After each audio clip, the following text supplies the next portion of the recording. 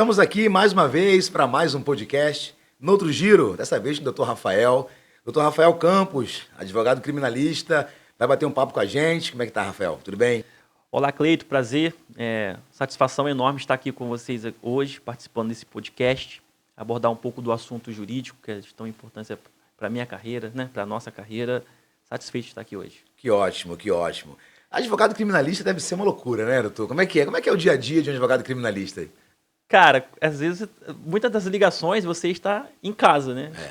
As ligações para quem pega um processo criminal, ou um inquérito, ou um registro de ocorrência, qualquer coisa nesse sentido, geralmente você está em casa, porque alguns fatos criminais acontecem sempre o quê? À noite, final de semana, infelizmente é assim, mas acontece. Acontece. Dá aquela mexida na paz, às vezes. Você está em casa descansando, tá, mas está de prontidão, né? Tá na expectativa. O telefone pode tocar a qualquer momento, de repente vai ter que acompanhar aí um cliente da delegacia, né? A gente sabe mais ou menos como é que funciona tudo isso. Agora, quanto tempo nessa profissão? Qual foi o caso mais curioso? O que te deu mais trabalho? Como é que foi isso tudo? Rapaz, eu já tive casos assim que me deram muito trabalho, já tive casos exóticos, já tive casos hilários, assim, eu tenho vários casos. Eu tenho alguma premissa assim que eu gosto de deixar consignado.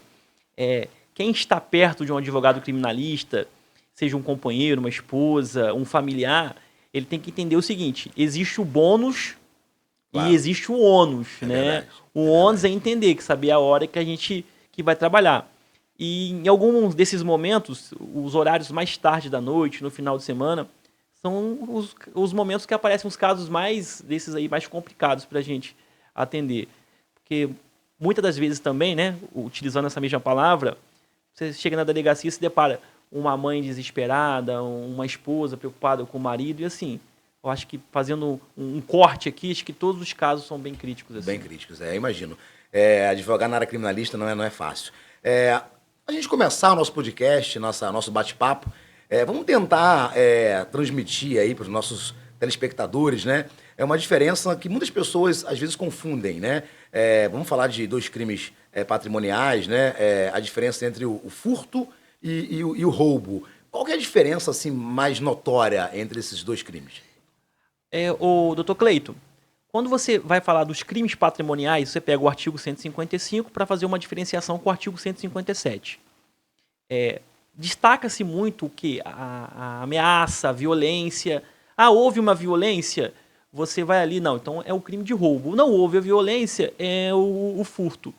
Só que o próprio legislador e até mesmo alguns doutrinadores, até eles se confundem às vezes, porque às vezes pode ter um empurrão. Mas isso aqui foi o quê? É uma trombadinha, alguma coisa que aconteceu. Mas teve uma violência. E num show, como é que ficou? Algumas pessoas te empurraram e chegaram lá, mas teve uma violência. Mas né, não foi só o furto propriamente falando. Então, os legisladores, os próprios doutrinadores, às vezes, eles possuem até dificuldade de explicar isso. Mas em questões mais fáceis, havendo violência ou grave ameaça, é o roubo. Não havendo violência e não havendo grave ameaça, é o furto. Entendi. Então, assim, na verdade, quando você está diante desses crimes patrimoniais, né, onde existe um grau de violência, né, a pessoa, naquele momento ali, a gente está diante de um crime de roubo que tem a previsão no 157. O roubo 157. 157. E o furto no 155. Muitas pessoas confundem isso, assim, é uma coisa fora do comum, né? Eu digo porque a gente escuta muito até na mídia. Sim. Fulano roubou e tal. E quando você vai ver, na verdade, a realidade, não se trata de um crime de roubo, e sim de um crime de furto, né? É porque a própria natureza do crime, no seu início ali, no nascedor, a gente fala naquela fase embrionária, mas ele me roubou, o que é isso aqui? Não, ele não te roubou, ele te furtou. E aí, eu sei que a gente vai adentrar nesse tema, porque em alguns casos, como se trata de uma pena do crime de furto, de menor 1 ano a 4 anos, sim, o delegado vai e arbitra fiança ali, mas cara, me roubou e tá saindo, e é por conta disso, porque não houve a violência. Sim, claro. O próprio delegado está arbitrando a fiança aqui para você e você tá saindo. Sim. Então o furto ele tem uma pena menor, né? Tem uma pena menor do que o roubo. Justamente porque não tem essa questão da ameaça, né, da violência e tal. Agora, é interessante falar sobre a questão do delegado e a questão da pessoa ir até a delegacia, a pessoa tá saindo, porque a gente acaba tendo que acompanhar algumas questões. Por exemplo, houve um crime de roubo, né? Que é um crime mais complexo, talvez, um crime tem uma pena mais grave, né? E aí a pessoa foi pega em flagrante, né? Ela foi pega em flagrante no momento do cometimento daquele delito. E aí ela é conduzida para a delegacia. Quais que são os passos que essa pessoa vai ter que seguir ali no trâmite processual, até que ela seja realmente solta ou presa? Como é que funciona essa questão toda, doutor? Então, vamos falar da questão de ser preso ou não ser preso. Você pega ali o Código de Processo Penal, a partir do artigo 301, 302, que ele fala assim, a autoridade policial deve prender e qualquer um do povo pode prender. Sim. Então, se você estiver cometendo um crime contra o patrimônio, a sua pergunta foi o crime de roubo, a população aqui, né, um transeunte pode te prender e a autoridade vai te prender. Vai te conduzir para a delegacia. Sim. Então, quando chega na delegacia ali, a gente fala o flagrante do latim flagrare, Sim. que está em chamas ainda, que aconteceu, ou flagrante próprio ou flagrante impróprio, porque às vezes ele pode ter te roubado aqui, saiu correndo e alguém lá na frente prendeu. Ainda continua o flagrante nisso. Sim. Então, ali é muito importante, cara. Não vamos vender nosso peixe aqui. Claro, claro. Mas é importante você ser ali representado por um advogado, todo o procedimento no início ser conduzido por um profissional do direito, um advogado criminalista, até para o seu futuro cliente, que no caso ali, o flagranteado, ele sentir satisfeito de te contar o que foi feito, Sim. o que aconteceu. Aí sim, para você jogar para o registro de ocorrência, um conteúdo com a representação de um advogado. Então é melhor você ter um advogado para te levar na delegacia, te conduzir na delegacia e te acompanhar ali. Ó, agora eu consigo entender direitinho o que aconteceu, até para o delegado, quando for confeccionar o auto de prisão em flagrante, o cliente está com o advogado e está um pouco mais tranquilo. Claro, claro. O advogado, o profissional do direito nesse momento, ele é muito importante, Sim. né, numa questão dessa. E o doutor falou uma coisa interessante, né? Muitas pessoas imaginam que o flagrante, na verdade, ele só naquele momento, no ato do cometimento da infração penal. E, na verdade, não é bem assim que funciona, né? Algumas pessoas dizem, não, você foge do flagrante, tem um período de tempo, e não é bem assim no mundo do direito, né? Muita gente vive, né?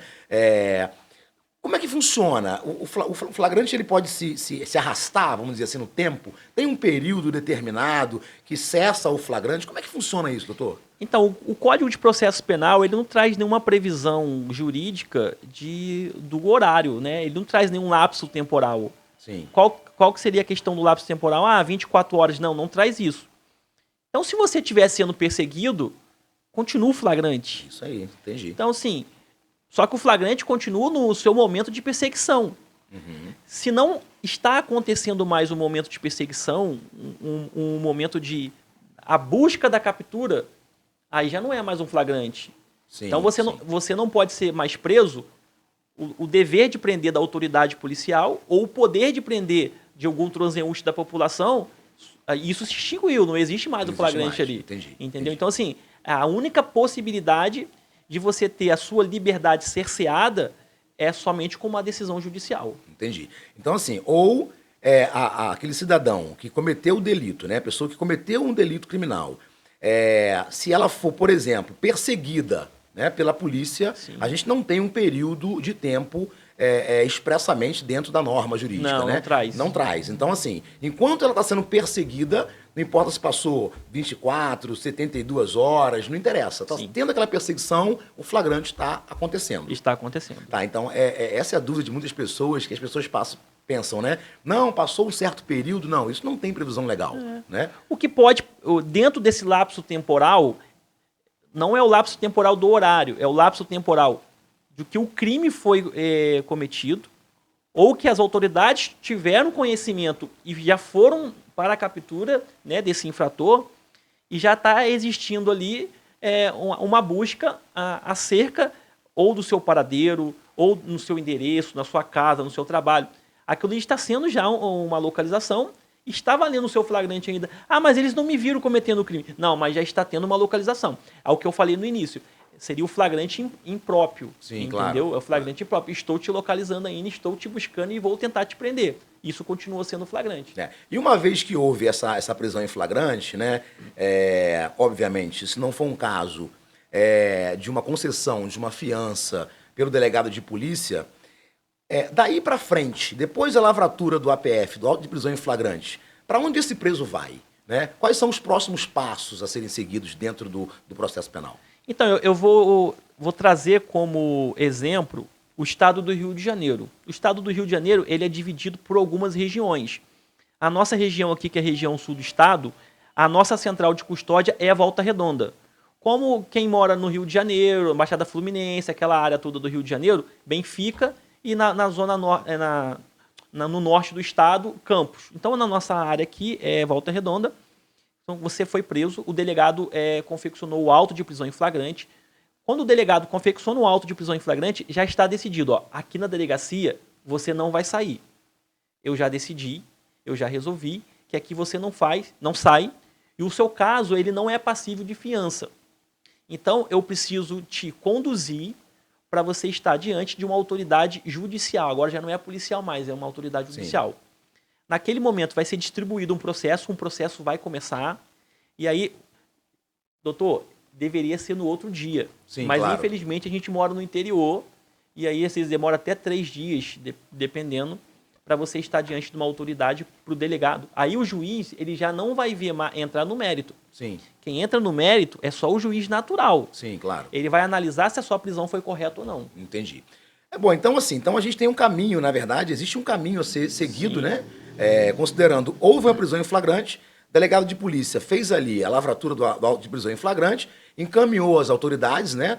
Ministério Público, o juiz fez aquele, entre aspas, né, despacho, né? Uhum. E daí para frente, aquele preso ele está à disposição da justiça. Isso. Né? E aí ele passa por uma audiência de custódia. Como é que funciona? Ele vai passar por uma audiência de custódia. É importante deixar bem claro isso, para que não reste dúvida. No direito criminal, os meios não justificam os fins. Sim. Então, se o meio está errado, o fim está errado também. Entendi. Então, se porventura aquela prisão foi efetuada de maneira equivocada e ilícita, o seu primeiro momento ali na audiência de custódia, diante de um juiz, com um defensor público, com um advogado, é o seu momento de você demonstrar para o juiz, sim, excelência, essa prisão está errada. Ou essa pessoa é inocente, ou os elementos que foram confeccionados ali na hora, as provas. Não são provas ainda porque não é processo, mas eu só estou resumindo. Aqueles elementos ali foram confeccionados de forma errada, ou capturados de forma errada. Então, é o seu momento de falar com o juiz ali. Entendi. Então, a gente estava falando agora há pouco aqui em off, né? Justamente sobre essa questão da audiência de custódia. Pelo menos no meu entendimento, eu entendo que a audiência de custódia, ela preserva, né, as garantias constitucionais, né? Sim. Até porque o preso, naquele momento, ele vai ser levado à autoridade judiciária, que é um juiz de direito, e ele vai, inclusive, não ser interrogado, talvez, pelos fatos, mas onde ele mora, né, se ele tem endereço fixo, se ele já foi condenado anteriormente, se ele responde por algum crime, se a prisão, se ele sofreu algum tipo de violência naquela prisão, para justamente verificar a legalidade daquela prisão. Né? Exatamente. Então, assim, isso aí é uma garantia, né, que é trazida na audiência de custódia para quem cometeu aquele tipo de delito. Né? Exatamente. Assim, o juiz da custódia, ele não vai analisar só a prisão em flagrante. Em alguns casos, ele pode também analisar uma prisão preventiva. Sim. Eu não sei se o senhor já teve essa experiência, mas eu já tive, em que em outro processo o juiz revogou aquela prisão preventiva, e aí por alguma questão o cartório esqueceu de recolher o mandado de prisão. Já aconteceu comigo. E aí a pessoa é presa porque a polícia parou, eu tenho que cumprir, sim, tá no sistema. Então o juiz analisou do sistema e falou assim, não, de fato, essa prisão já tinha sido revogada, e eu estou aqui já te liberando, você vai sair aqui na custódia mesmo, porque não existe nenhum mandado de prisão contra você.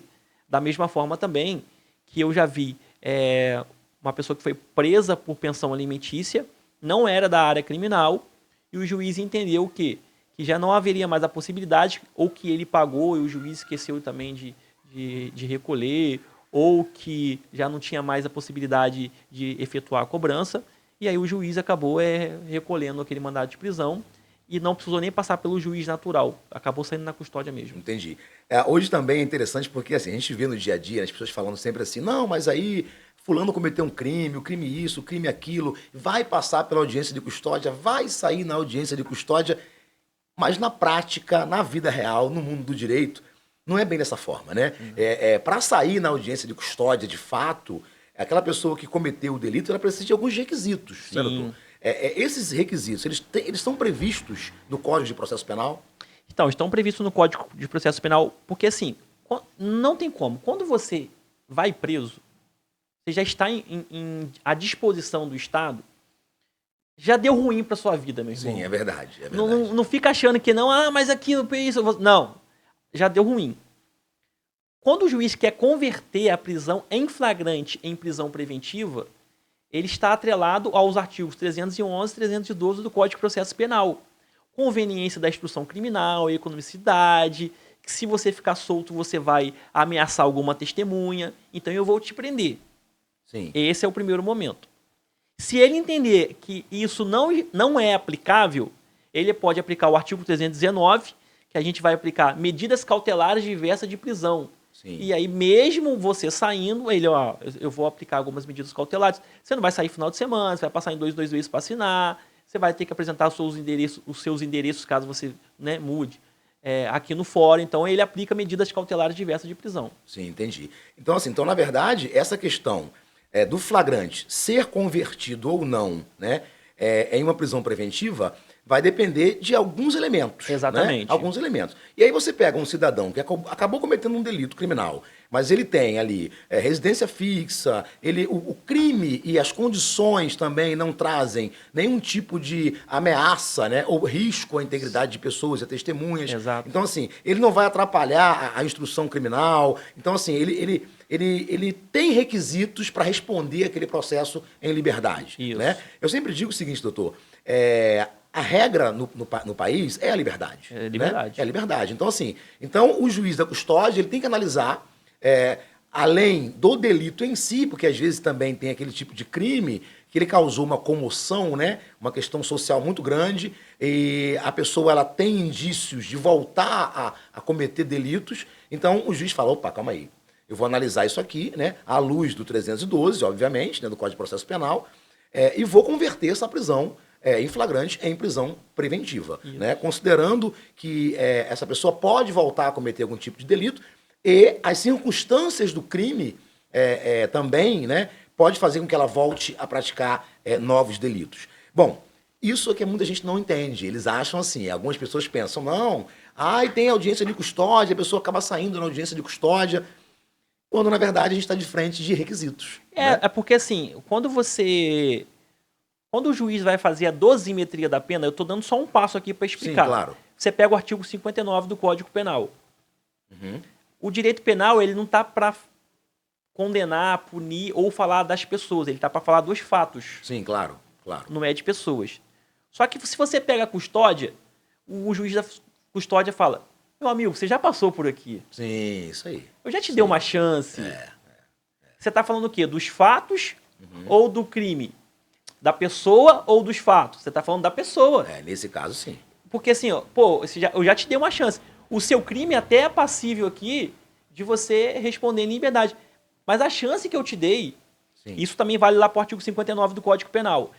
Assim, quando o juiz vai fazer a dosimetria da pena, dependendo do seu histórico, os seus maus antecedentes, ele não vai não vai analisar lá? Claro. Nos antecedentes, na pena propriamente aplicada, ele vai analisar. Então, o juiz da custódia, ele possui essa discricionariedade de falar, não, o seu crime aqui é um crime passivo de responder em liberdade. Mas eu já te dei uma chance. Entendi. Resolve com o juiz da causa. É verdade. Ou seja, eu vou passar isso aqui, vou passar essa bola para frente, né? Para frente, eu não quero me envolver nisso. Justamente. E aí depois, por exemplo, vamos entender que nesse caso, como o doutor acabou de dizer, né, o juiz acabou analisando a pessoa, não os fatos, não o crime propriamente dito. E aí qual que é a função do advogado depois disso? Porque naquele momento o juiz ele converteu aquele flagrante em uma prisão preventiva. Sim. Né? Agora, qual que é o papel do advogado depois da conversão do flagrante em prisão preventiva? O que ele tem que fazer agora nesse processo? Então, eu vou tentar diferenciar aqui a prisão preventiva e a prisão temporária. Sim, claro. A prisão temporária ela possui uma natureza de investigação. Estou te prendendo para investigar. Então, um crime simples, 5 dias. Um crime hediondo, da lei de crime hediondo, você vai ficar 30, podendo ficar mais 30. Sim. Na prisão temporária, quando esse prazo se encerra, você não precisa de alvará de soltura. O Claro. próprio diretor do presídio fala, meu amigo, vai para sua casa. Mas sim. o juiz vai revogar. Não, depois você volta, mas agora eu não posso te manter preso. Sim, isso aí. A da prisão preventiva, não. Aí, assim, a gente sabe que a gente advoga assim, pô, mas esse advogado só é bom quando você solta, né? Se ficar preso na prisão preventiva, ai meu Deus, o que eu faço agora? Porque aí que começa o desespero da família, que nunca se viu naquele ambiente, nunca se viu naquele cenário. E aí o que a gente tem que fazer? Eu, pelo menos, eu faço assim. Eu tento trazer o caso, aí já o mérito mesmo, sem ser audiência ainda. Claro. Para o juiz natural, excelência. Essa prisão foi feita de forma errada, essas provas foram colhidas de forma equivocada, tem residência fixa, tem ocupação lícita, possui uma família que ele o que vai prover a subsistência de 3, 4 filhos. Então, assim, a gente tenta o quê? Fazer com que o juiz fique comovido. Sim, claro. Para a gente fazer o quê? Que o juiz faça que a prisão preventiva seja não mais necessidade, ele vai revogar a prisão. Isso aí. Entendi. Revogando a sua prisão, aí sim, aí... Mas você tá inocente? Não, tem gente que confunde isso. É verdade. Acha que não, eu não tô, não, você só tá em liberdade. Isso aí. Você pode ser condenado. É justamente isso, é porque a regra, como a regra é a liberdade, né? Sim. Aí a gente acaba tendo que ter um advogado especialista na área para dizer, olha, realmente houve, né? Os fatos aconteceram, Sim. mas a pessoa tem requisitos para responder requisitos. esse processo em liberdade, né? Eu não sei se aqui no seu escritório você já teve a possibilidade de se deparar com isso, porque muitos clientes nos falam, mas o meu advogado, um outro advogado, né? Eu acho que ele sempre culpa alguém. Pô, mas o meu advogado não me avisou que eu tinha que ir lá assinar, ou não me avisou que eu tinha que... Não, amigo. Acontece. Aí o que o fórum faz? Determina a sua prisão. Sim. Ele suspende aquela decisão e volta para o presídio novamente. Isso aí. E aí você vai fazer o quê? Agora você vai ter que ser julgado preso. Você não vai poder ser julgado solto. Só que tem casos que, de fato, irmão, tem profissional que acaba não avisando. A pessoa sai, passa aqui segunda-feira para conversar comigo, tem que te explicar as cautelares que forem impostas, tem que assinar. Tem gente que sequer volta na audiência, acha que está em liberdade para sempre. Pois é. Então, e esse é o grande problema, porque falar do direito, às vezes parece que ser muito simples, né? Sim, Mas existe uma dificuldade muito grande das pessoas, né, de compreender algumas questões. Por exemplo, tem pessoas que estão respondendo, né, o processo em liberdade, ainda não tem uma denúncia propriamente dita, ou seja, o Ministério Público ainda não denunciou aquela pessoa pelo crime específico que ele realmente praticou, né? E a pessoa está ali, ela está assinando, ela tá em liberdade, né? Só que aquela liberdade é uma liberdade mediante algumas condições. Olha, eu vou deixar você em liberdade desde que você realmente tenha que assinar, não se ausente da comarca, né? Responda esse processo, todos os atos do processo em liberdade. Só que isso não significa que você vai ser inocentado lá na frente. Não quer dizer. Né? Porque aí vem a denúncia, aí você tem que apresentar a prova, discutir o mérito realmente lá na frente, no momento oportuno daquele processo. Bom, isso é uma questão que as pessoas confundem muito. Agora, é interessante falar, quando a gente fala sobre essa questão da prisão, da conversão da prisão em flagrante em preventiva, por quê? Eu já vi casos que existe um convencimento muito grande midiático, né? Você deve ter visto também na televisão, aquela coisa toda e tal. O crime não foi nem tão pesado assim, né? Mas por existir uma questão da mídia, da influência da mídia, e a mídia trouxe de uma maneira, a pessoa acaba tendo que ficar presa por um período de tempo. E aí, qual que é a sua opinião em relação a isso? A mídia, o envolvimento da mídia nessas questões, doutor? Eu costumo não julgar a profissão do outro. Claro. Eu faço o meu trabalho, ele vai fazer o dele. Mas é muito ruim para a nossa profissão em que um profissional da área midiática, né, que possui canais de comunicação, que eles levem ao primeiro momento conhecimento do telespectador informações equivocadas. Sim.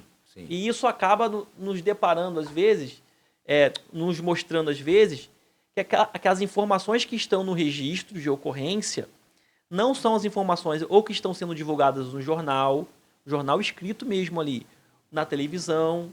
E aí, mas por que isso? Sabe por quê?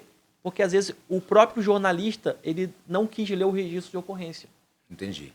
E era obrigação dele ler, quantas vezes eu tô cansado de assistir um programa e eles mesmos não conseguirem explicar qual prisão. Essa que a gente tá batendo papo aqui. Sim. O que é cada uma, ele não consegue saber. O que o juiz fez, o que o promotor de justiça se manifestou. Ele não consegue explicar isso. Então, infelizmente, ele joga isso e vendeu. E fica impregnado na cabeça do público o quê? Sempre as coisas ruins. Sim, é verdade. É verdade. E quando você chega lá na frente do julgamento, o juiz vai decidir ou na audiência ou depois em alegações finais que vai para a sentença.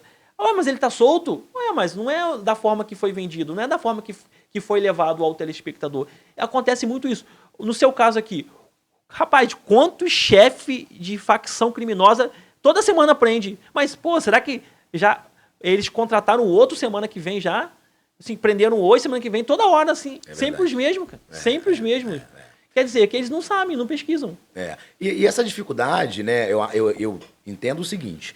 Quando se sai uma matéria jornalística, principalmente pra gente que a gente é advogado, a gente tem que olhar também com muita cautela isso, né? Porque às vezes a gente dá uma opinião baseada somente naquela informação, exatamente. Né? E aí eu acho que tem um problema aí, né? A gente não se aprofunda, às vezes, nos fatos. A gente deve se aprofundar até para dar uma opinião técnica a respeito daquilo, né? E ainda mais quando se fala de direito criminal, né? Que trabalha com a liberdade das pessoas, com a vida das pessoas, com o patrimônio das pessoas, né? Então a gente tem que realmente entender. Olha, isso aqui é isso aqui é aquilo, não foi bem dessa forma, não, isso aqui vai chegar nesse ponto, pode ser que não chegue nesse ponto, né? Como costuma acontecer no dia a dia, nos jornais, né? Na televisão, né? Na internet. Agora, mudando um pouco de assunto, doutor, e falando sobre uma questão da mídia social em relação aos crimes contra a honra, né? Calúnia, difamação, injúria, dá pra gente discorrer um pouco desses crimes, diferenciar um do outro? Sim, sem problema algum. Pode. Qual que seria, assim, a sua dúvida? A minha dúvida principal é a seguinte: calúnia e difamação. Qual que é a dúvida ali de um crime para o outro? Qual que é a diferença de um crime para o outro, doutor? Primeiramente, ambos estão localizados na parte do Código Penal que tratam dos crimes contra a honra. Sim. Aí um começa ali no 138, 139, começa a partir dali desses artigos. A calúnia, né? Eu pego sempre como exemplo. Calúnia, a letra C, você entende que é crime. Sim. Então, calúnia, ela sempre vai ser atrelada à imputação de um fato criminoso. Então, se eu imputei um fato criminoso contra alguém, calúnia, letra C, lembra disso. Isso vai ser calúnia, porque é imputação de um crime. Quando você fala para o outro crime, que é a difamação, que é o segundo depois da calúnia. Sim. A difamação não. A difamação é quando ataca a sua honra, algo subjetivo seu. É diferente de crime. Eu não estou falando que você é um criminoso mais. Estou atacando a sua honra, discorrendo algo sobre uma conduta subjetiva sua. Então, existe essa diferença entre esses dois crimes. Entendi. E também é uma questão interessante que às vezes a gente pega assim, ó. Eu vou te processar por calúnia, injúria e difamação. As pessoas colocam tudo ao mesmo tempo ali, né? Quando, na verdade, é uma calúnia, né? Ou às vezes é uma difamação, ou né? até uma injúria. Ou às vezes uma injúria. Exatamente. E a injúria propriamente dita, doutor? A injúria, ela pode se confundir até mesmo com a difamação. Sim. Só que ela possui outras peculiaridades. Mas, em alguns casos, a gente precisa diferenciar quais foram as palavras proferidas para entender a natureza dessas palavras, para a gente chegar e diferenciar. Não é uma questão subjetiva, é uma outra questão contra a sua honra mesmo, como forma de subverter alguma conduta sua, de não te respeitar perante alguma moral, alguma coisa relacionada a isso. Então, assim, é meio chatinho, entendeu? A gente entende mais lendo, propriamente. Sim, claro. Pegando o código e lendo, diferenciando, do que a própria... passar para o público, assim, para ele entender como é que Claro, eu imagino. É porque, assim, a questão da calúnia, eu acho interessante porque com essa discussão toda que tem na rede social, né? Ah, fulano fez isso, fulano fez aquilo outro. Tá. Cuidado, porque esse tipo de conduta, né? Quando você imputa a alguém um fato tido como crime, você está caluniando uma pessoa, né? Então, tem que ter muito cuidado. Ah, fulano que roubou, fulano que furtou. Então, assim, essa conduta é uma conduta criminosa. Trata-se de um crime de calúnia. Agora, a gente vê também, não somente nas redes sociais, quando a outra pessoa não se ofende, doutor. Tipo, por exemplo, a pessoa xingou aquela naquele tom de brincadeira, não tem o dolo realmente de ofender. Caracteriza ou não caracteriza um crime contra a honra nesse sentido? Depende de como você vai aceitar. Porque, assim, qual é o entendimento? Infelizmente, rede social é terra de ninguém. Então, se hoje você compra um celular ali na loja, você não precisa nem fazer um plano de internet. Se você passar a senha do seu Wi-Fi para a pessoa, e a pessoa já tiver uma rede social, você está conversando com outros em outros grupos, em outros lugares. Sim. Então, assim, ela tem que tomar cuidado. O que é proferido dentro de um botequim não pode ser proferido na rede social, porque ali fica registrado. No botequim dá para você resolver e acabou o assunto ali. Quando você está propagando esse tipo de informação ali, você tem que saber diferenciar. Eu estou ofendendo? Ou é só a minha opinião? Entendi. Quais são as palavras que eu estou usando? E quando eu lanço, né, alguma informação relacionada a isso, ou você tem um direito de achar que eu cometi um crime Sim. e procurar um advogado para registrar uma ocorrência e depois entrar com uma queixa-crime, Sim. ou você tem o direito de rebater. Então, eu não sei se é no artigo 141 ou no 142 do Código Penal, que ele fala o seguinte: o juiz pode deixar de aplicar o crime se ocorrer a imediata retorção. Se você me ofender, eu vou te ofender também e a gente vai equiparar aqui, meu irmão, e fica em pé de igualdade. Acabou. Sim, claro. Mas nem todo mundo vai partir desse princípio. Entendi. Eu estou ofendido, não te ofendi, eu vou procurar um advogado ou defensor público que eu quero te acionar juridicamente. Entendi. Então a rede social tem que ter essa cautela, esse cuidado, né? Principalmente na rede social, de estar ali propagando, falando alguma coisa desse tipo, até porque na rede social o público ele é muito maior, né? A Sim. proporção é muito grande desse tipo de delito, né? Rapaz, eu vou te dar um exemplo, não vou citar aqui nome, eu vou te dar um exemplo. A gente aprende na faculdade de Direito Civil. Um dia, eu assisti num vídeo em que a noiva brincou com o noivo que não queria casar. A pessoa que estava celebrando o casamento falou assim: eu não vou celebrar mais, porque aqui não é momento de brincadeira. E aí eu fui e marquei um professor.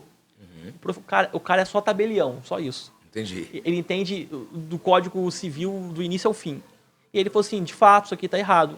Aí veio um rapaz e começou a ofendê-lo. Olha.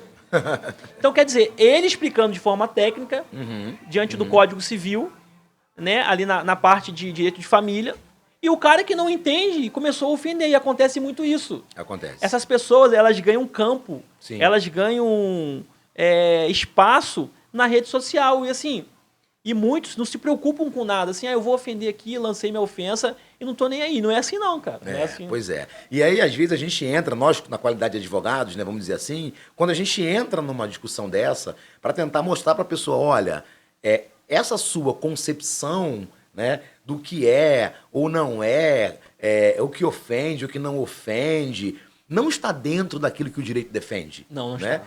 E isso é uma grande maioria. Né? Infelizmente, a pessoa está discutindo ali, ela está tratando de um assunto que ela desconhece. Eu digo isso porque a gente participa de grupos de WhatsApp e a gente vê pessoas comentando, fazendo algum tipo de comentário que foge completamente do mundo teórico do direito. Né? Porque assim, pode não ter me ofendido, mas pode ter te ofendido.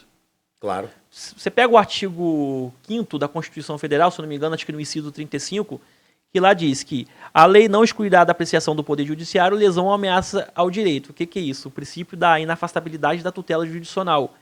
Cara, se você se sentiu ofendido, você tem que recorrer ao Poder Judiciário, sim. Claro. Entendeu? Na delegacia, eles são obrigados a te atender.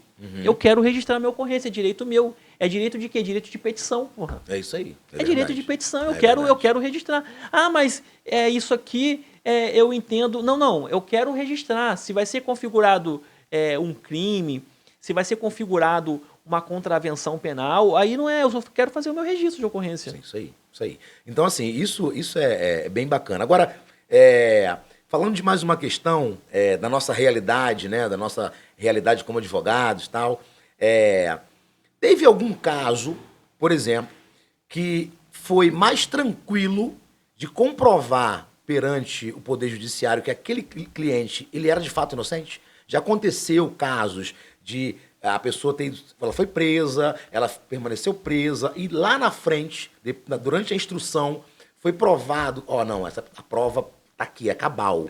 e a pessoa foi realmente inocentada? Doutor Cleito, eu vou te falar uma coisa que muitas pessoas acabam não levando isso para a vida. Eu vou falar da área criminal.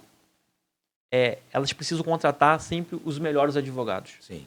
Você tem que ter um advogado especialista na área criminal para te defender de um processo criminal que você está respondendo. Sim. Não só você lendo um livro, estudando, mas a sua experiência de vida também faz com que, na hora de uma audiência, você consegue ter o tato, a percepção de fazer as melhores perguntas, de fazer a pergunta mais certa, de lançar ali na hora uma pergunta que você pode quebrar uma prova, Sim. que você pode deixar alguma pessoa ali sem saber o que responder. E aí, de fato, foi constatado que aquela pessoa é inocente, ou havendo muitas dúvidas, eu entendo que você não é inocente, mas eu não possuo capacidade para te condenar aqui. É verdade. O Ministério Público não conseguiu comprovar. Você não conseguiu comprovar que é inocente, mas o Ministério Público também não conseguiu comprovar que você é culpado. E aí acaba assim, é melhor te absolver. Claro. E aí sai absolvido ali por conta disso. Então, um bom profissional, você bem representado, tem por conta disso. Eu já tive casos de chegar no final da audiência, você sabe como é que é, o juiz falar: doutor, por economia processual, vamos fazer a sustentação, a manifestação oral aqui? Agora, a gente faz as alegações finais orais. A gente faz na hora ali, porque sabe que talvez vai ter uma absolvição ali. Por conta disso. Ou seja, você estudou o processo, Sim. você pesquisou, você entendeu ali, a gente fala no direito, o estandar probatório, a cadeia de custódia, todo o trâmite, e a gente fez um melhor trabalho. Eu entendo dessa forma. Isso é bom, isso é muito bom. Porque assim, porque essa pergunta? Porque as pessoas sempre falam, eu fui preso em flagrante, eu fiquei preso durante um tempo, prisão preventiva, depois eu foi comprovado durante o processo que eu era inocente. Sim. E agora, o Estado tem responsabilidade de ter me mantido preso durante todo aquele tempo, e eu comprovei que eu realmente era inocente. O Estado tem realmente essa responsabilidade? Doutor Cleito, existe o erro judicial. Sim. E existe o erro judiciário. A gente tem que... o erro do juiz e o outro é o erro do Estado. Sim. Nós temos um caso que o rapaz foi preso por pensão alimentícia que ele não tinha filho. Eu fiquei sabendo disso. Que loucura é essa? É. Só que tem um problema. Eu já tive um meu cliente que ficou 6 dias preso porque confundiram o nome dele. E a delegacia que fez a apuração mostrou várias outras pessoas e identificou ele. Ele nem morava naquela cidade, foi preso trabalhando. Se você pesquisar a jurisprudência, eles falam o seguinte. A jurisprudência fala o seguinte: a partir do primeiro momento que o Estado reconheceu que está errado, ele te colocou em liberdade. Isso aí. Então, assim, se o Estado reconhecer que houve um equívoco na sua prisão e mesmo assim te mantém preso, nasce daí o seu direito de ser ressarcido. Sim, entendi. Então, se você pega lá, se eu não me engano, o artigo 186 do Código Civil, o artigo 188, que quem causou dano a outro é obrigado a ressarcir. Sim, o ato ilícito. O ato ilícito, então ali você tem que ser ressarcido sim. Entendi. Então essa diferença Só não sabe quanto que vai receber. Vai demorar. Mas tá certo. É isso Mas mesmo. tá certo. Ou seja, então essa questão o Estado percebeu que houve um erro e te colocou em liberdade. Percebeu. Eu já tive assim, igual o meu cliente. Uma vez ele foi preso dentro de... estava na banqueta e o crime tinha sido acontecido um dia antes. Ele tinha características de alguém que deu lá informação por conta de um furto dentro de uma drogaria. Entendi. Eu mostrei para o juiz e mostrei para o promotor de justiça. Ó, o tamanho de quem está ali dentro da drogaria é completamente diferente do meu cliente. Então, vamos fazer o seguinte, a gente vai julgar ainda, melhor na dúvida, o juiz foi lá e revogou, o próprio Ministério Público concordou com o pedido de liberdade e o juiz foi lá e revogou. No decorrer da instrução criminal, entendeu que de fato ele era inocente, ou seja, colocou ele em liberdade. Entendi. Então, essa questão é uma questão interessante, porque a gente entra em um outro tema que é chamado de denunciação caluniosa. Exatamente. Né? A gente escuta muito isso. As provas elas foram apresentadas, mas elas foram provas forjadas, né? Criaram, né, essas provas e o Estado ele acabou me mantendo preso mediante aquelas informações, aquelas provas documentais, até mesmo provas testemunhais, né? Pessoas que se colocaram à disposição para mentir ali em juízo, né? Sim. Que estão cometendo um crime, para condenar ou manter presa uma pessoa. Bom, isso é diferente de um erro estatal, né? Isso aí é aquela pessoa, quando ela trouxe a informação para o delegado de polícia, que lavrou o flagrante, para o Ministério Público, que fez a denúncia e ela ficou presa, a gente está diante de um outro delito, né? Ou seja, que é a denunciação caluniosa. Bom, aí que vem a dúvida agora. Qual que é a dúvida, doutor? Quando que a gente vai conseguir processar ou provar que aquela pessoa que colocou a gente na cadeia denunciou a gente de forma caluniosa? Doutor, entenda o seguinte, se haver uma fagulha, uma pequena fumaça, um pequeno cisco de dúvida que eu tenho se aquela pessoa praticou o crime ou não, já não é mais denunciação caluniosa. Sim. Excelência, ambos eram brancos. Sim. Ambos eram altos. Ambos tinham tatuagem no braço. Ah, mas um tinha tatuagem do Vasco, outro tinha tatuagem do Flamengo. Eu sei, excelência, mas assim, eu vi de longe, eram altos, tinham tatuagem, eram brancos, tinham cabelos pretos. Então, assim, não tem como imputar aquela pessoa um crime de denunciação caluniosa, porque existia de fato uma dúvida de que ele era. Então, assim, o juiz não vai, no caso, abrir um inquérito para investigar uma denúncia em relação àquela pessoa que fez esse tipo de registro, entendeu? Que é diferente quando você passa na delegacia, sabidamente sabendo que aquela pessoa não cometeu um crime, eu acabo comunicando, né, uma informação falsa. Ó, esse cometeu o crime. Entendi. Eu estou aqui contigo no podcast, e aí lá no centro de Angra dos Reis alguém passou lá, o Rafael aqui furtou aqui biscoito aqui do supermercado. É diferente. Sim, claro. Aí já não é denunciação caluniosa mais. Claro. Uma falsa comunicação de crime. Justamente. Que também tem essa diferença, né? Tem essa diferença. Falsa comunicação de crime é um crime e a denunciação caluniosa é outro crime. É outro crime. E hoje as pessoas fazem muito isso, né? Fazem. Se você parar para analisar, né? Isso acontece muito, principalmente, inclusive, na Lei Maria da Penha, né? Exato. Nas relações domésticas, familiar, infelizmente tem muito isso. E a gente já tinha falado aqui anteriormente, né, até com a doutora Andréia, sobre essa questão da Maria da Penha, mas isso é uma coisa que infelizmente acontece muito no país, né? Narram os fatos, trazem algo para a autoridade policial, aquilo não aconteceu daquela forma e, na maioria das vezes, tem um deferimento de medida cautelar, de medida protetiva, né? E aí, ao longo do processo, durante a instrução, vai ver que aqueles fatos não aconteceram, não foi daquela forma, mas infelizmente acontece.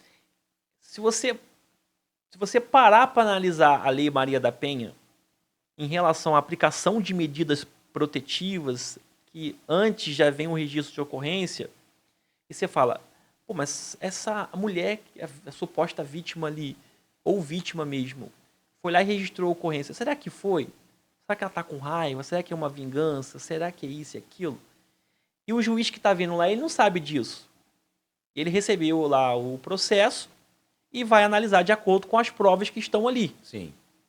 Só que a gente aqui em Angra dos Reis, a gente abre o nosso Instagram ou assiste no jornal que mulheres foram assassinadas em outros estados ou em outras regiões do país. Caramba, como é que pode isso? O cara matou a mulher, que isso, aquilo. Quantos registros foram feitos antes? Só que, doutor, algumas vezes, as nossas notícias aqui viram notícia para eles lá. É verdade. Porque, assim, e aí imagina o juiz vendo isso. Na dúvida, é melhor eu dar a medida protetiva.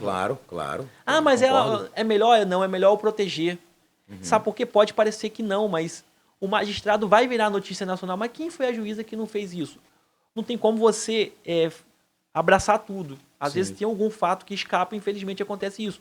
Mas se você for parar para analisar, é melhor a aplicação de medida protetiva, sim. Proteger a mulher, proteger a família. Concordo. Entendeu? Aí depois a gente corre atrás do resto para comprovar. Porque tem casos que nem com medida protetiva de afastamento, tem casos que nem com a prisão, que às vezes o próprio familiar ameaça as testemunhas, a pessoa sossega, amigo. É verdade. Isso, infelizmente, acontece muito. Agora, é uma coisa interessante também, porque, assim, agora há pouco a gente falou das prisões, né?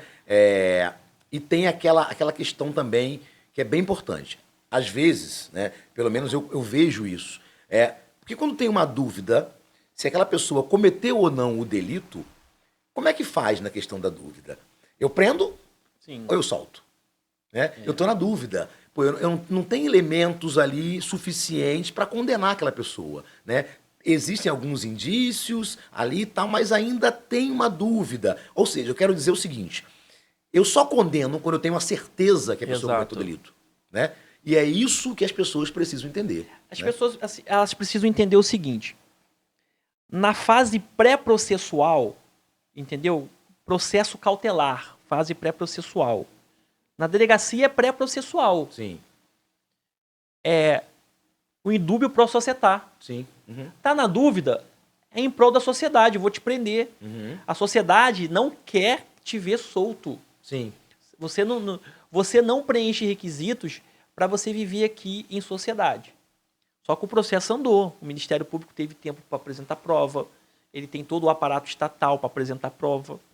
Quando chega lá no momento de condenação, após a audiência, após as alegações finais, o juiz, não, aí mudou tudo. A dúvida agora é pró réu. Entendi. Eu não posso te condenar mais se eu não tenho base para te... mas e o período que você ficou preso? Não, mas lá é pró societário. Na dúvida eu tive que te prender. Aqui Claro. não, na dúvida eu tenho que te absolver. É, isso aí. Isso aí. Até porque, né, é melhor, pelo menos eu entendo, absolver um culpado Sim. quando se não tem elementos comprobatórios do que prender o inocente, né? Prendeu o inocente. Então, assim, isso aí é bem difícil de muitas pessoas entenderem, infelizmente. Agora, falando um pouco dos crimes dolosos contra a vida, né? Sim. Eu digo isso porque a minha especialidade aqui no escritório, né, é trânsito. E muitas pessoas me perguntam assim, doutor, há possibilidade de alguém que conduz um veículo automotor atropelar, matar uma pessoa e ficar presa? Eu respondo, depende, né? Sim. Depende, até porque se a pessoa estiver conduzindo o veículo gerando perigo de dano ou demonstrando um dolo direto de atingir um resultado morte, ela tem que ir a júri. Exatamente. Né? Ou seja, é um crime doloso contra a vida. Agora, tem pessoas que não conseguem entender dessa forma, né? Elas acham, não, no Brasil ninguém fica preso, no Brasil é isso, o Brasil é aquilo outro. Qual que é a sua concepção em relação à existência dessa quantidade de crimes dolosos no Brasil, contra a vida, né? E se esse caminho, se o júri é realmente o melhor caminho? Qual que é a tua concepção? Eu sempre falo o seguinte, a justiça nesse tipo de caso do júri, às vezes ela não é cega. Às vezes é a capacidade daquela pessoa de pagar um bom advogado. Verdade, concordo. Pela seguinte razão, a gente primeiro tem que analisar lá atrás os registros de ocorrência. Você me fez uma pergunta, até para diferenciar, é o seguinte, nos crimes contra a vida, a gente tem que entender, existe o crime é dividido, o conceito analítico de crime. Sim. É o crime, né? Tem fato típico, jurídico, culpável. Uhum. Fato típico, jurídico, culpável. Então você vai analisar o que é a conduta. Na sua conduta ali tem um dolo Sim. e tem a culpa. Uhum. Então, ou você cometeu um crime contra a vida de forma dolosa, ou você cometeu um crime contra a vida de forma culposa. Então você pega essas duas linhas. Só que no meio aqui desse caminho, existe o dolo eventual. Uhum. Que se confunde muito, né? Que se confunde muito. Só que essa rapaziada, mas eu não tinha intenção. Mas você tinha a responsabilidade. Você assumiu a culpa. Que é aquela pergunta que você fez, mas por que tem muito isso? Porque às vezes o cidadão, ele acaba assumindo a culpa, meu amigo. Quantos aí você pega aqui, às vezes o camarada aqui que pegou alguém de moto, acabou matando.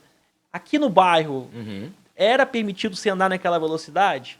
Sim. A faixa de pedestre que você passou, você viu, você respeitou? Você percebeu o cruzamento, você respeitou? Mas não, você assumiu a culpa. Dolo eventual também vai pro júri. Claro, é verdade. E aí, verdade. meu amigo, você fica assim, não tem problema não vai te condenar. Não vai te condenar não. Quando você vê, você tá saindo de lá com uma pena de 16, 15 anos verdade. aí. E agora, se você for condenado 15 anos, você é preso na hora, hein? Uhum. Pois é. Mudou, a lei mudou. Pois é, então. E isso é bom porque, assim, tem pessoas que defendem muito isso, né? Tem que ter isso, tem que ter aquilo, tem que ter essa condenação, tem que ser preso assim. É bacana acompanhar essa evolução. Eu digo porque, assim, eu trabalho com trânsito há 15 anos, eu vi essa evolução do próprio Código de Trânsito, né?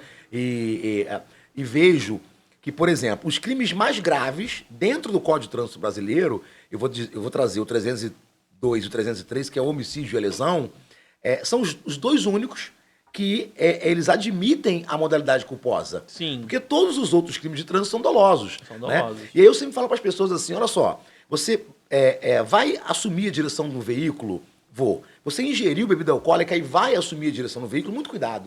Muito cuidado, por quê? Porque você pode estar diante de uma conduta, você está diante de uma conduta dolosa, que é o crime de embriaguez, Sim. né?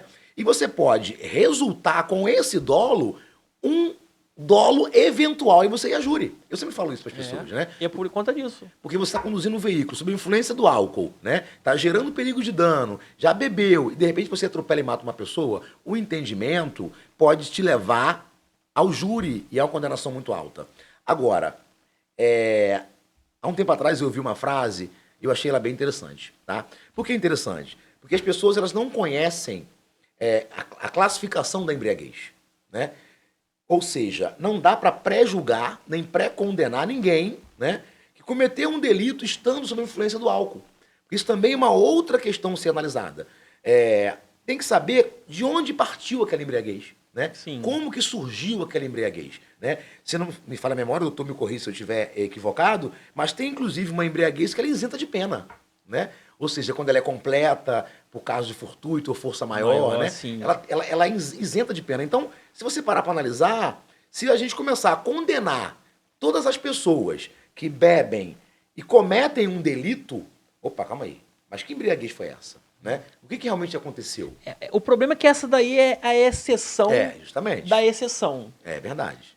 E não é porque você está embriagado que você vai deixar de ser punido criminalmente pelo fato que você praticou. Uhum. Mas essa embriaguez foi involuntário, o que foi feito, assim, eu não sabia, colocaram alguma coisa na minha bebida. Essa daí é a exceção da exceção, que geralmente os doutrinadores, os professores explicam assim na faculdade que existe essa previsão. E não necessariamente quer dizer que seja também uma bebida alcoólica, pode ter sido alguma outra substância. Sim. Que ela modificou o seu organismo ali e te deixou alterado e você não percebeu, ou quer dizer, não tinha aquela percepção da realidade. Mas não era você que quis fazer aquilo. Só que assim, às vezes você está num bar tomando suco, alguém colocou alguma substância ali na sua bebida. Pode sim se caracterizar. Até porque vai constatar todo o seu histórico e falar assim, ó, eu não uso de bebida alcoólica, eu nunca fui de ingerir. Eu, Rafael, eu não faço uso de bebida alcoólica. Entendeu? Então, assim, pessoas que saem comigo falam assim, ó, você é o motorista da rodada. Assim, de fato, eu sou, porque eu não bebo mesmo, assim. E é por conta disso também. Imagina eu vou pegar uma estrada, parece que eu vou passar perto do bafômetro às vezes, nunca me param. Nunca. Acho que eu tenho cara de boa. Assim, quem não bebe, isso não bebe. Não bebe. Eu já dei 2 voltas lá e não me pararam. Mas é por conta disso. A pessoa tem que ter uma responsabilidade. É verdade. Imagina sexta-feira à noite, né? Não tem como. Nem uma sexta-feira igual hoje, né, por exemplo. Então, assim, mas quando eu falo isso sobre a questão da exceção, né, que é a questão do caso fortuito, força maior, que é uma... a gente afasta, né? Que a grande maioria é culposa. Né? Ela é voluntária. Tem até a embriaguez pré-ordenada, ou seja, eu vou me embriagar para cometer um delito. Né? Então, assim, só que quando a gente trata da questão criminal, é muito difícil. Então, esse bate-papo que a gente está tendo aqui é justamente por esse motivo. É para tentar demonstrar para as pessoas que, além de existir um código penal, o código de processo penal, que está ali, que vai dizer, olha, esse é o padrão, essa aqui é a pena, esse aqui é o caminho, a gente tem a doutrina, a gente tem a jurisprudência. A gente quer dizer também, com tudo isso, né, que existem muitos elementos trazidos para dentro do processo que não deveriam estar ali. Né? Eu digo isso porque é uma prova forjada, né? É uma prova criada, né? É uma pessoa que está com uma intenção realmente de prejudicar a outra criminalmente. E isso acaba, às vezes, passando pelo judiciário. Né? E a pessoa acaba sendo realmente prejudicada, ficando presa, sendo traumatizada com tudo aquilo. Né? Por isso, a importância de ter um bom advogado, de procurar levantar, de buscar elementos para poder confrontar aquilo que foi colocado dentro de um processo, como um laudo pericial. Né? Isso é bem interessante. Agora, doutor, vamos pensar no seguinte. Quando a pessoa comete um delito e ela é primária, bons antecedentes, tá? Ou seja, não tem o hábito de cometer aquele tipo de delito. Como que a sociedade vê essa pessoa? Ela vê aquela pessoa como uma pessoa que não merece estar presa, ou, na sua concepção, a sociedade hoje, atual, diz, não, cometeu o delito, tem que ficar presa. Tem que responder. Como que é para o advogado saber diferenciar isso? Rapaz, Vou sair um pouco assim da formalidade, um pouco do protocolo. Vou tentar ser o mais engraçado possível. Depende de 2 fatores. Sim. De quem cometeu o crime e de qual crime que foi. Entendi. Quando, na verdade, deveria ser a gente repudiar qualquer forma. Não estou falando aqui para condenar a pessoa, pré-condenar, mas deveria existir dentro da gente de repudiar a prática criminosa por algumas pessoas, até para não ficar caracterizado que a gente está fomentando práticas criminosas. Claro. Uhum. Então, assim, vou te dar um exemplo. Imagina que tem uma pessoa sentada aqui do meu lado aqui. Aí chegou aqui comigo aqui agora, aqui no podcast, e fala: Ô Rafael, quem é isso aí? Aí fala assim: isso aqui é fulano de tal, né? O Tício, isso aqui é o Tício, fulano de tal. Tício, Pô, cara, esse cara aqui estuprou uma pessoa lá no Nordeste, tá aqui. Você e o seu público vão apresentar um olhar muito mais de repugnação, com assim, pô, o cara é estuprador, tá ali. Olha a diferença. Sim. Agora, aqui desse lado tá o Melvio. Sim. O Melvio tá aqui. Quem é esse aí? Isso aqui é o Melvio, tal. Veio lá do Nordeste fugido. Isso aqui é o maior fumador de maconha, que isso aqui foi preso lá, tá aqui fugido. Caraca, fumando. O público já analisa de forma de, pô, o maior fumador parece que abraça. Entendi. Tá entendendo? Claro. Depende da pessoa e depende do crime. Assim, isso que a sociedade analisa de forma diferente. Qual é o peso que isso tem para a sociedade? Existe, eu vou tentar lembrar de cabeça aqui, mas existem crimes, é o seguinte, que a repercussão dentro da sociedade, ela traz um clamor maior ou um clamor menor. Sim. Entendeu? Em outras palavras, juridicamente falando, qual é o grau de reprovabilidade daquela conduta? Sim. Um estupro possui um grau de reprovabilidade muito maior do que uma pessoa que está apenas fumando maconha, um usuário de cannabis. Sim, ativo. claro. Entende? E isso a sociedade também olha dessa forma, Sim, né? Sim, olha. Ela fala, opa, calma aí, não, mas aquilo ali é só isso. Isso aqui já foi uma coisa mais grave. Foi uma tal, coisa mais grave. Né? E aí a gente vai voltar lá no início. Por quê? Porque essa coisa mais grave hoje, né? As pessoas ainda levantam uma bandeira dizendo, é bem provável que saia na audiência de custódia. Sim. Né? Tá vendo? Cometeu esse tipo de delito, pode ser. Gente, a audiência de custódia, ela tem uma importância, né? Como a gente já falou aqui, ela tem uma importância. O pacote anticrime passou ali, né? A Lei 13.964. Justamente, tem que ser analisada, a pessoa tem que passar por ali, tal. Então, esse é um padrão hoje, Sim. né? Agora, crime é crime, É. né? Crime é crime. Então, a pessoa cometeu esse delito? Cometeu. Ela cometeu esse outro delito? É claro que tem uma relevância, né, muito maior, dependendo do tipo de delito, é óbvio, mas crime é crime. Eu costumo dizer, não existe pecadinho nem pecadão. Não né? existe. Então, assim, crime é crime. Claro que uns vão ter uma pena menor, outros com as penas maiores, então assim, mas não deixa de ser crime. Agora, dito isso, como que o doutor vê a sociedade hoje apontando para essas pessoas que são condenadas antes do trânsito em julgado? Quer ver? A pessoa ela é pega, né? Ela cometeu um delito, ou ela está sendo investigada, e aí é expedido ali um mandado de prisão preventivo, né? Obviamente, é uma prisão preventiva, e a sociedade ela começa a apontar aquela pessoa. Ela começa a dizer, não, se tem um mandado de prisão é porque ela está envolvida, é porque ela está isso, ela está aquilo outro, tal. Esse ato, né? Ou essas pessoas que têm esse comportamento, como é que o doutor entende hoje? Ele olha e fala assim, pô, mas calma aí. As pessoas estão apontando, elas estão condenando, elas estão pré-julgando antes que tenha realmente um processo, que tenha um trânsito em julgado, antes que a pessoa seja realmente condenada. Como é que você vê isso hoje, doutor? Sabe aquela frase, aquela bendita daquela frase, que eu não gosto de falar, mas eu tenho que falar, que bandido bom é bandido morto? Sim, claro. Até acontecer contigo. É verdade, é verdade. Eu sempre falo assim, bandido bom é o bandido que responde o processo criminalmente. Sim, entendi. É um bandido bom, Entendi, está claro. respondendo, vai comprovar sua inocência ou não, e se for condenado, ele vai pagar a pena. Esse, para mim, é um bandido bom. Sim. Mas por que eu estou te trazendo essa informação aqui? Pela seguinte razão, infelizmente, a grande população em si, ela é curiosa, cara. Sim. Ela gosta de problema, ela gosta de confusão, ela gosta de comentar da vida alheia, até acontecer com ela. Sim, é verdade. Se acontecer um acidente aqui em frente, aqui agora, quem chega primeiro? Não é a ambulância, são os curiosos É verdade, que chegam é isso primeiro aí. aqui. Então acontece muito isso. Então quando chega ali, vou te dar um exemplo. Rapaz, uma mãe comprou um celular para o menino, iPhone 7. Pagando direitinho, novo, na caixa. O infeliz do rapaz uma semana de maior de idade, envolveu com uma pessoa e trocou o iPhone dele lícito, comprado de forma correta, num 7 Plus, oriundo de um roubo. E aí ele virou receptação. Sim. Ele foi preso em flagrante. Ele perdeu o celular porque ele trocou com o rapaz. O celular que ele trocou com o rapaz foi apreendido. Teve que pagar advogado.